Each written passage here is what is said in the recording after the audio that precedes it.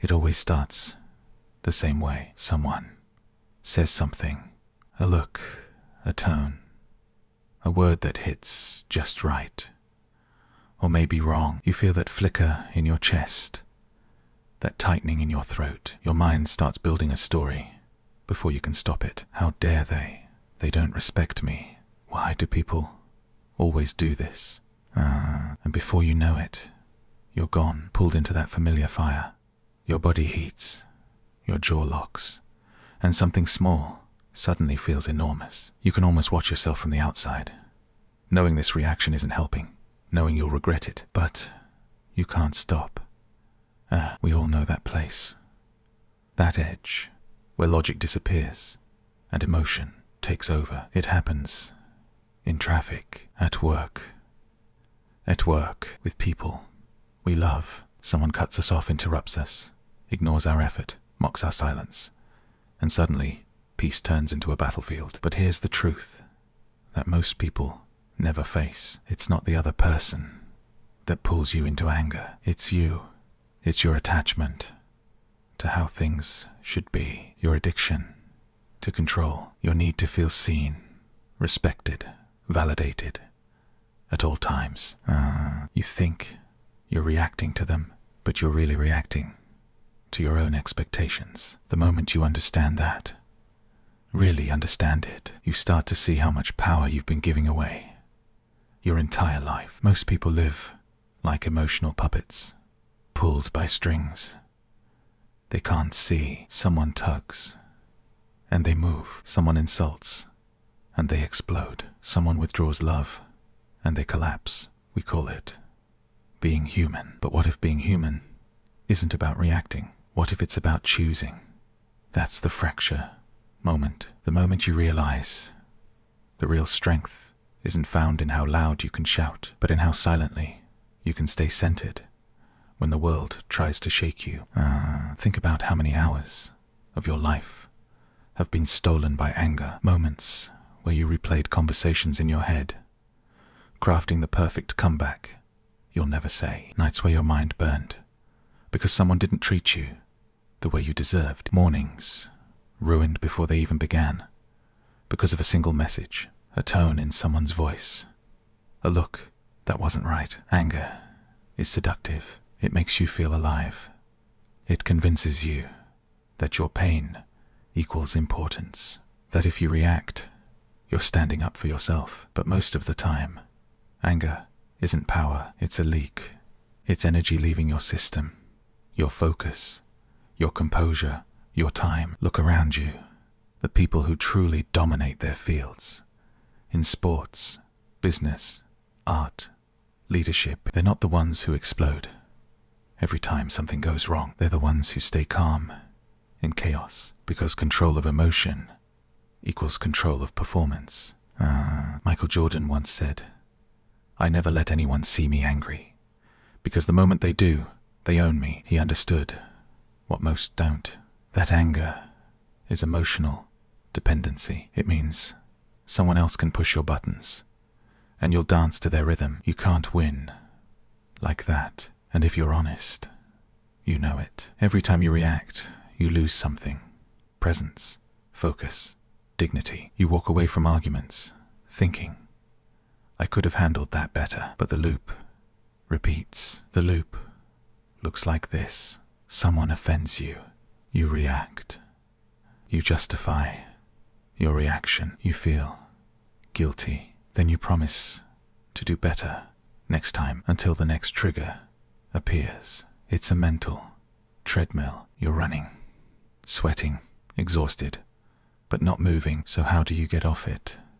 How do you reach a place where no one, not your boss, not your ex, not the stranger online, can control your inner peace?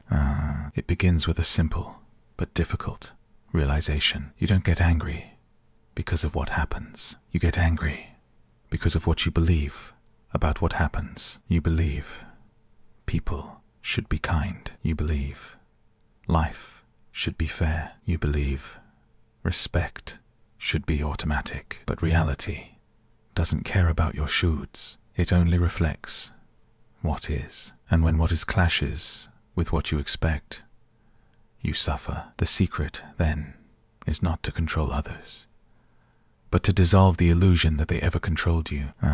Let's take a breath here. Imagine your mind as a lake. When someone throws a stone, the surface ripples. You can either keep staring at the waves, blaming the stone, cursing the thrower, or you can wait until the water clears. That waiting, that's power, because the truth is, most reactions are just unprocessed thoughts trying to escape. You feel disrespected, and your mind rushes to build a defense. Words, gestures, tone, but behind it, all is fear. Fear of not being enough. Fear of losing control. Fear of being invisible. When you master your anger, you don't suppress it, you decode it. You look beneath the surface, and what you find there isn't weakness, it's a signal. I'm hurt. I feel unseen. I'm afraid. Once you can name it, you can tame it. Now let's talk about the climb, the transformation. Lesson 1. Awareness before reaction. You can't control what you don't notice. Every time you feel that spark of irritation, pause, literally. Don't speak, don't type, don't move, just observe. Your breathing will tell you more truth than your thoughts ever will. I've seen elite performers use this technique mid-competition. A tennis player missing a point, a CEO facing public criticism, a soldier in a moment of chaos. They all have one thing in common. They notice their emotional rise before it hijacks their logic. Serena Williams once said that the difference between a good player and a great one is not skill, but emotional recovery. She trained herself to feel anger, then release it in seconds. That's awareness in motion. Lesson 2. Detach from the story. When something happens, your mind instantly creates meaning. He ignored me becomes he doesn't respect me. She looked away becomes she doesn't like me. But what if there is no meaning?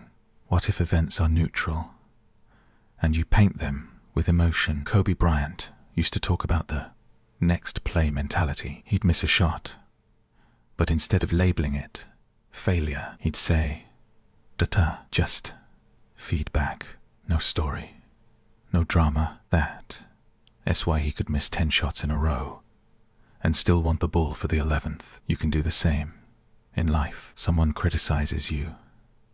Data. Someone ignores you. Data. It's all neutral until you give it meaning. Lesson 3.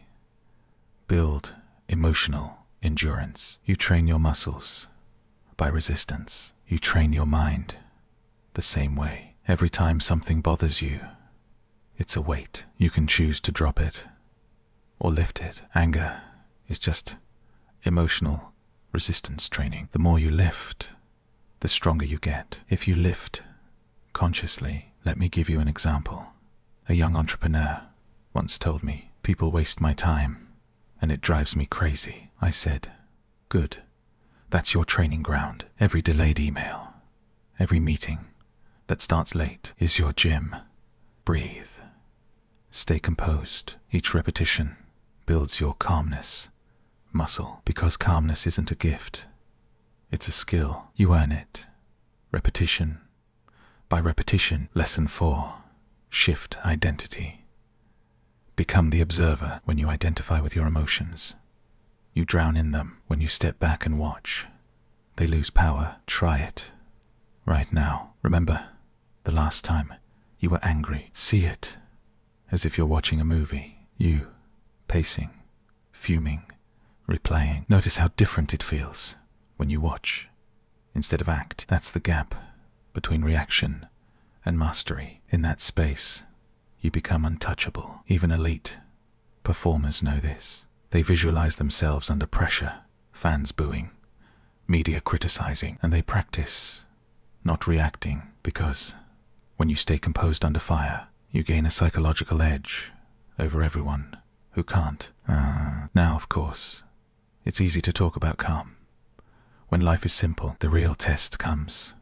When it's not, when the betrayal comes, when the deal falls through, when someone you trusted twists the knife and smiles while doing it. That's the storm. The voice inside says, react, defend yourself, prove them wrong, and you can almost taste the words you want to say. But if you've trained for this moment, if you've built your emotional endurance, you breathe, you feel everything, and you move nothing, because anger demands movement. Silence is its suffocation. I remember an athlete who lost everything because of one emotional reaction, a referee's bad call. He exploded, hit someone, lost his career overnight. 1 second of anger destroyed decades of discipline. Compare that to another story, a fighter pilot locked on by enemy radar. He could panic, pull too early, lose control, but he slows his breathing, stays calm, trusts his training. He survives. That's what emotional control is. Survival, not of your body, of your character. There's a moment in every performer's life where anger whispers, let me take over. I'll protect you. But anger never protects. It punishes. It punishes the body with tension, the mind with obsession, and the heart with regret. What truly protects you is understanding that people act from their own pain. That disrespect often says more about them than about you. That control isn't about dominance, it's about presence. So the next time someone tries to provoke you, don't see an enemy, see a teacher. They're showing you where you're still weak, and that's sacred information. The truth is, anger isn't the enemy. Attachment is. You get angry because you cling to how others should act, how outcomes should unfold, how the world should respect you. But when you stop clinging, nothing can shake you. You don't stop caring. You just stop bleeding for what you can't control, and that's freedom. Think of Stoic warriors, ancient or modern, Marcus Aurelius or a Navy SEAL today. Both train for chaos. They don't pray for calm seas. They train to sail through storms, because peace isn't the absence of conflict. It's composure within conflict. Now let's talk about what happens when you fall, because you will.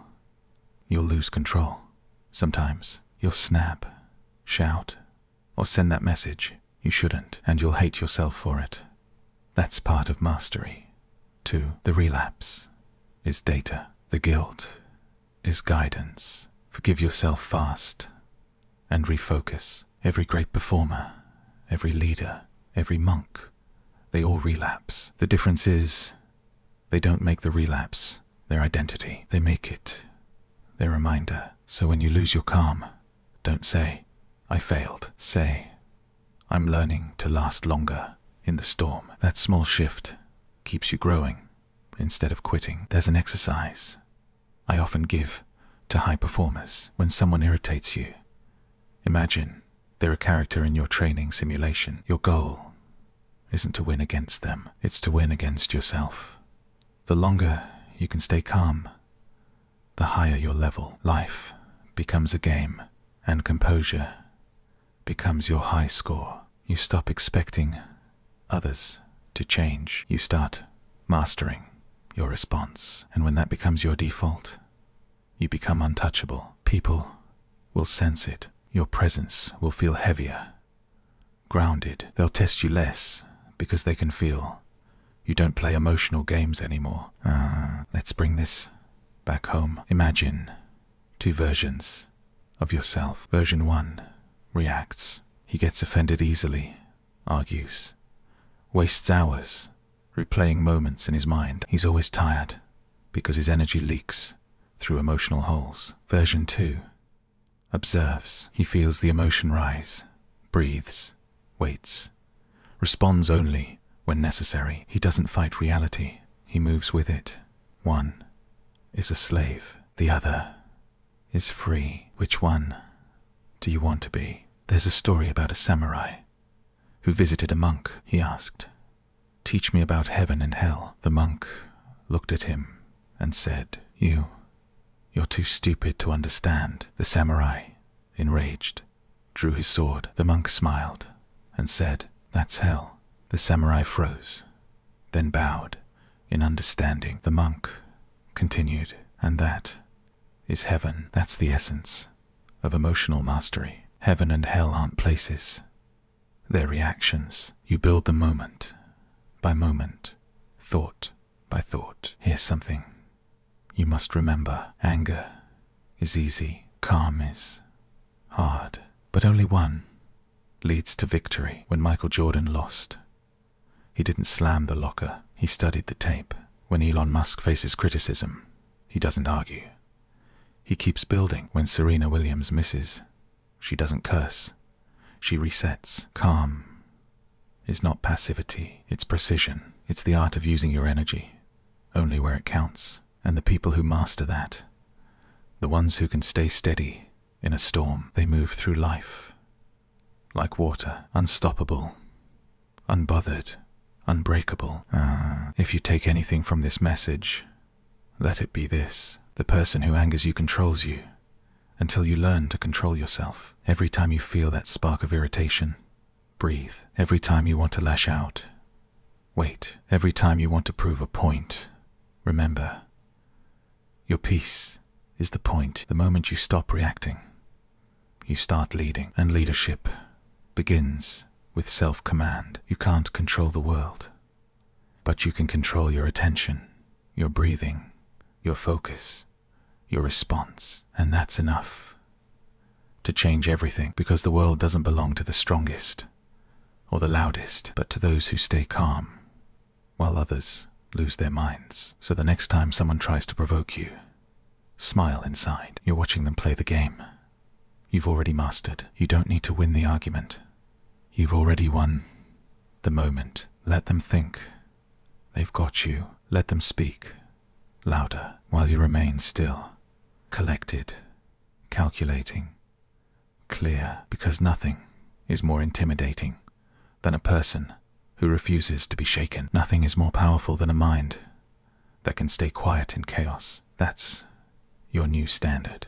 Not to be perfect, but to be peaceful, deliberately, consistently, relentlessly. And one day, you'll wake up and realize something profound. The world didn't get easier. People didn't get kinder. Situations didn't get simpler. You just got stronger, more grounded, more immune to noise. You'll feel it, that quiet confidence, that no matter what happens, you'll handle it. Not because you control the outcome, but because you control yourself. That's the real victory. Not the one that others see, the one that no one can take away. So breathe. Let the anger rise and fall without moving you. Let others play their games. You play yours. Let them shout. You listen. Let them throw stones. You stay still, because in the silence, after reaction, you'll find your real power. And when you master that, you'll never need to get angry or bothered by anyone again. Control yourself, and no one controls you. Stay calm, stay clear, stay free.